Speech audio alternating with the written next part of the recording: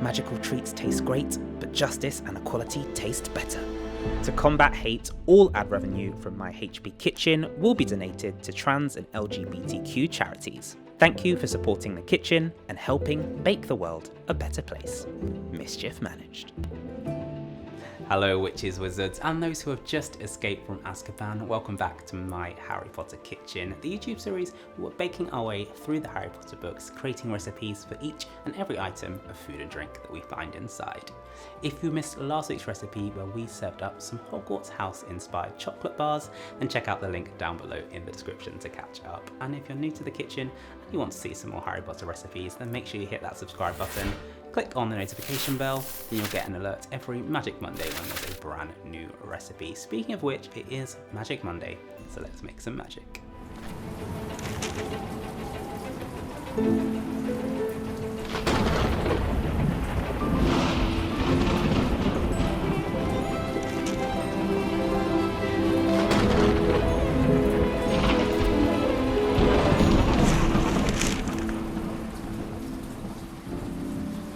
We're jumping back into Chapter 5, The Prisoner of Azkaban, The Dementor.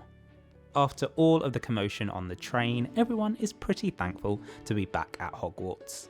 They're tucking into the feast when we see, at long last, when the last morsels of pumpkin tart had melted from the golden platters. A friendly reminder to always leave room for dessert. Autumn is right around the corner, and that means it's almost pumpkin spice season, so this pumpkin tart recipe couldn't have come at a better time.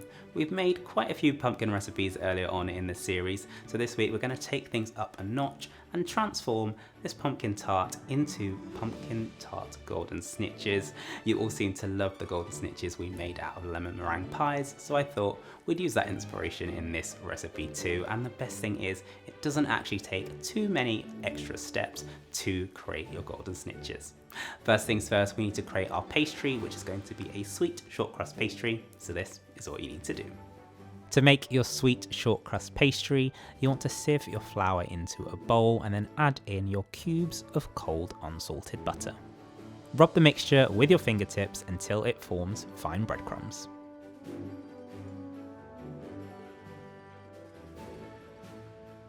At this point, I'm also going to sieve in my icing sugar and stir that through. We're only going to use the egg yolks for this recipe, so you can separate those out one by one. Make a well in the middle, and then I'm going to add in my egg yolks, some water, cinnamon, and nutmeg. Stir this through with a knife until it forms a soft dough, then use your hands to bring it together. Once it's nice and smooth, I'm then going to lightly flour my surface and tip that out before rolling to about 1/2 centimetre thick.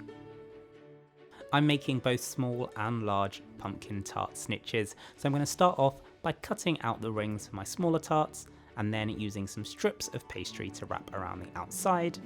You can then use a knife to trim down the edges. For the larger tart, I'm just going to roll that out into one piece, then carefully lift it into the tray before pressing it down into the grooves. The process is then the same to neaten the edges. A quick trick to make sure that this holds its shape is to pop those into the freezer for at least an hour. That way you can quickly blind bake them without any beans. I'm also going to make some pastry wings for my snitches, so for that I've used some baking paper to cut out my stencils, roll the pastry out, and then cut around them.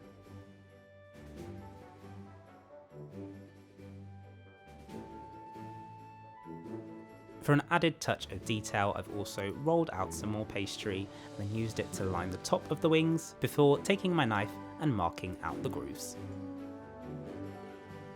The pastry wings can also go into the freezer with the tart shells to make sure they hold their shape. After an hour, it's time to bake, so I'm going to pop those into the oven at 180 degrees Celsius for about 10 to 15 minutes. So once your pastry casings and your wings are complete, we need to move on to making the filling, and of course that is going to involve pumpkin puree. Now you can buy this in a can from the shop, or you can make it at home, and if you follow me on Instagram at Brad Bakes, then you'll know that last Halloween I had a fair few spare pumpkins, so I made puree and I've kept it in the freezer, and it is going to work perfectly in this recipe. So when you get to carving this year, make sure you don't throw them away, just turn them into your own puree, and then you can have pumpkin treats the whole year round. The pumpkin tart filling is super easy to make. All I'm going to do is add my pumpkin puree into a bowl along with my condensed milk and my sugar. Stir that through until it's lovely and smooth. I'm then going to crack my eggs separately and give them a light whisk before pouring into the mixture. At this point you can also flavour your pumpkin tart, and if you don't have a ready-made pumpkin spice mix, it's super easy to make. I'm using cinnamon, nutmeg, mixed spice and ginger. Adding a pinch of salt will also help bring out all of those flavours. Whisk that through until it's lovely and smooth, and then it's time to fill our tart cases.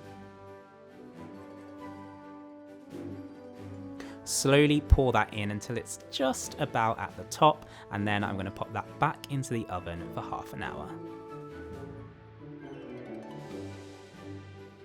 It's really important that we give our pumpkin tarts enough time to bake all the way through so we have the perfect consistency when we cut in, but we also don't want our golden snitch wings to burn. So to find the balance, I'm going to let the tarts bake first, then halfway through we'll add on those wings, and I'm also going to brush those with a little egg wash so they go lovely and golden brown on the second bake.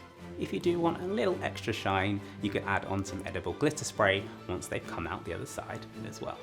Just as the mixture begins to set, remove it from the oven, and then we're going to stick our snitch wings on top. You can also take your egg whites from earlier and then brush over the top of the wings to give them an extra shine. Bake for another 10 to 15 minutes until the filling has fully set, and then our pumpkin tart snitches are ready to fly. The Great Hall feast might be over, but Quidditch practice is just getting started. So there you go, another Golden Snitch inspired recipe in the bag. Let me know down below in the comments what you think of these Golden Snitch pumpkin tarts. That's all for this week's recipe, but if you want to see more from my Harry Potter kitchen, then make sure you hit that subscribe button, click on the notification bell, and you'll get an alert every Magic Monday when there's a brand new Harry Potter recipe. I'm off to have Quidditch practice with these pumpkin tarts, so I'll see you next week.